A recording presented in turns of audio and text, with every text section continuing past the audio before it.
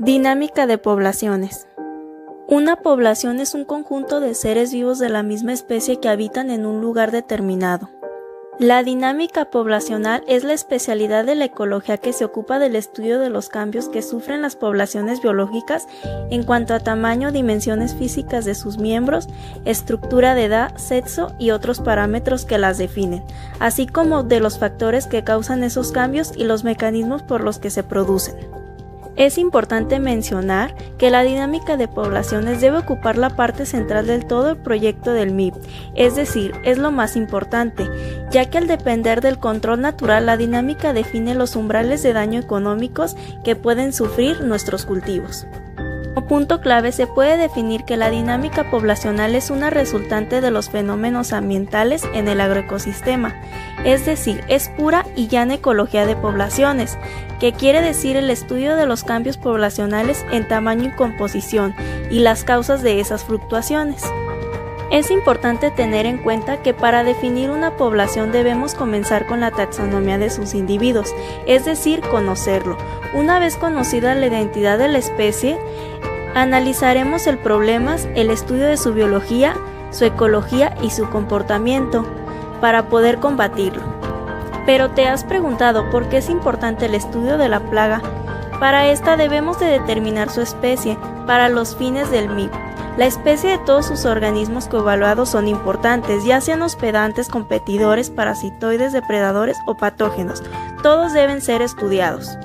Los ciclos biológicos son muy importantes en el control integrado de plagas, ya que el éxito reproductivo de las especies dependen de las tasas de crecimiento que éstas tengan, así como también su tasa de reproducción y su tasa de muerte, los 3 episodios revelantes de su tiempo ecológico durante un ciclo vital. Todo regulado por la selección natural. Ya que en insectos varía especulantemente, ya que hay especies en casi continua reproducción como pulgones en partenogénesis, hasta especies de reproducción única en varios lustros como cigarras periódicas. Ahora hablaremos de las 3 características que influyen en el número de descendientes de una sola hembra, ya que esta es la responsable directa del tamaño de la población, la cual es nuestro primer objetivo en el control integrado de plagas. Número 1 es el número de descendientes por evento reproductivo. Este varía según la estrategia del organismo. Número 2 es de eventos reproductivos durante el lapso vital, es decir, esta varía depende del insecto, pues hay mono y multivoltinos. Y por último, la número 3, que es la edad a la que ocurre la primera reproducción del insecto. Pero cabe de mencionar que los insectos que tienden a tener muchos descendientes por evento o a tener varios eventos y comenzar su vida reproductiva a temprana edad se dice que son oportunistas. Y aquellos que tienden a tener pocos descendientes y pocos eventos reproductivos y su reproducción es lo más tardada posible, a estos se les llaman equilibristas. Pero entonces, ¿qué tipo de plagas se presentan? En los cultivos estacionales y anuales son oportunistas, ya que empiezan con una infestación inicial que siempre es extranjera.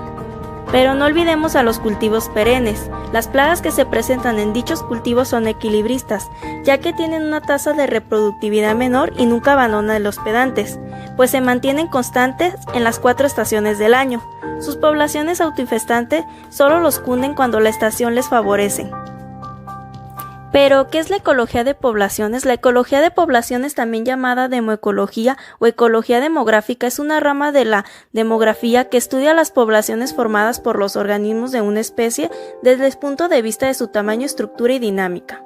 En pocas palabras, se refiere al estudio de la interacción de los organismos con su ambiente, su distribución y su abundancia. Para poder realizar un buen manejo integrado de plagas, es importante conocer la taxonomía y la biología de la plaga y hacerse las siguientes preguntas. ¿Cuáles son las interacciones del individuo con su ambiente biótico y abiótico? ¿Cuáles las de la población? ¿Cómo modifican su ambiente? ¿Cómo los modifica él? ¿Qué factores ambientales determinan la presencia de tal o cual especie? ¿Cuáles determinan sus cantidades? Las respuestas a estas interrogantes son la médula de los estudios ecológicos de las plagas y las deben de comenzar a gestar en el ámbito individual. ¿Te has preguntado por qué las plagas son un problema? El individuo responde morfológica, fisiológica y conductualmente a los retos que le impone su ambiente físico-químico, biológico y tecnológico. es decir, es tolerable a cada una de las diferentes presiones de selección representadas por factores ya sean físicos, químicos como la humedad, temperatura, luminosidad, pH, etc., meteorológicos como las heladas, sequías, granizo, vientos, etc., de competencia inter e intraespecífica, de parasitismo y depredación, de parasitismos por patógenos, de calidad alimentaria, es decir, el consumo de su hospedante, tecnológicos, cómo afecta al individuo la tecnología agrícola, desde la forma de cultivar hasta el control de cualquier táctica. Existen diversos aspectos que tenemos que tener en cuenta en la dinámica poblacional. Uno de ellos es el comportamiento. Podemos definir el comportamiento como la manifestación de máxima adaptabilidad genética que da origen evolutivo a la plaga para alimentarse, reproducirse y sobrevivir. Cabe de mencionar que no hay evidencias de que los insectos plagas aprendan comportamientos inducidos por la experiencia. Esto nos permite prever que la conducta de una plaga será siempre predecible y directamente heredada, sin ser modificable excepto por la selección. Esto nos da una ventaja para su óptimo control. Otro aspecto importante es la localización y la temporalidad de las plagas. La localización es un lugar físico determinado donde se localiza la plaga. Los parámetros de tamaño y densidad son determinables para realizar un muestreo y realizar su control. La localización es muy importante, ya que nos permite encontrar a la plaga, muestrearla y calcular su densidad, ya sea que se encuentre en la planta o ambiente donde se alimenta, refugia, copula o hiberna. Generalmente el estadio más perjudicial es un inmaduro, ninfa, larva, solitarias o agregadas. La temporalidad de las plagas es otro aspecto importante. Es el tiempo que los artrópodos, o sea, la plaga, se distribuye aproximadamente como su hospedante, asumiendo dos tipos generales de estrategia. La estrategia R se caracteriza ya que sus individuos se reproducen por estación, durante un lapso que un hospedante perenne tiene renuevos, y lo hacen en grandes cantidades a bajo costo biológico, con periodos cortos de vida y asumiendo tamaño individual pequeño.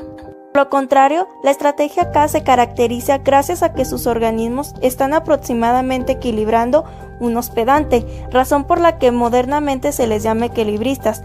Estos no alcanzan a formar grandes poblaciones y nunca abandonan al hospedante, pues pasan las 4 estaciones del año en él. Es decir, la diferencia entre las dos es que una es permanente en el hospedante. Cabe de mencionar que la distribución temporal por lo visto depende de los ciclos temporales del hospedante y de la adaptación de las plagas a él. Pero también es muy obvio que la distribución de los depredadores y parasitoides sigue patrones semejantes según su especificidad.